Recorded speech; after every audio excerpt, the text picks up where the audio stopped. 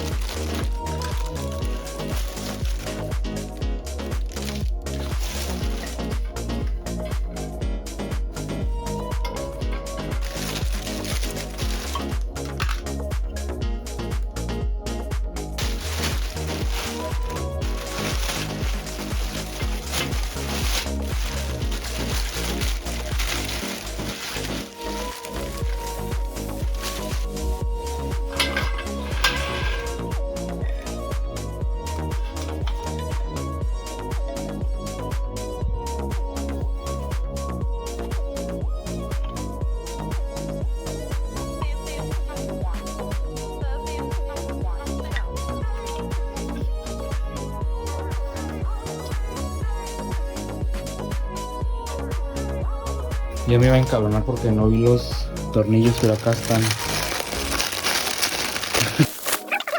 Están bien escondidos. Estaban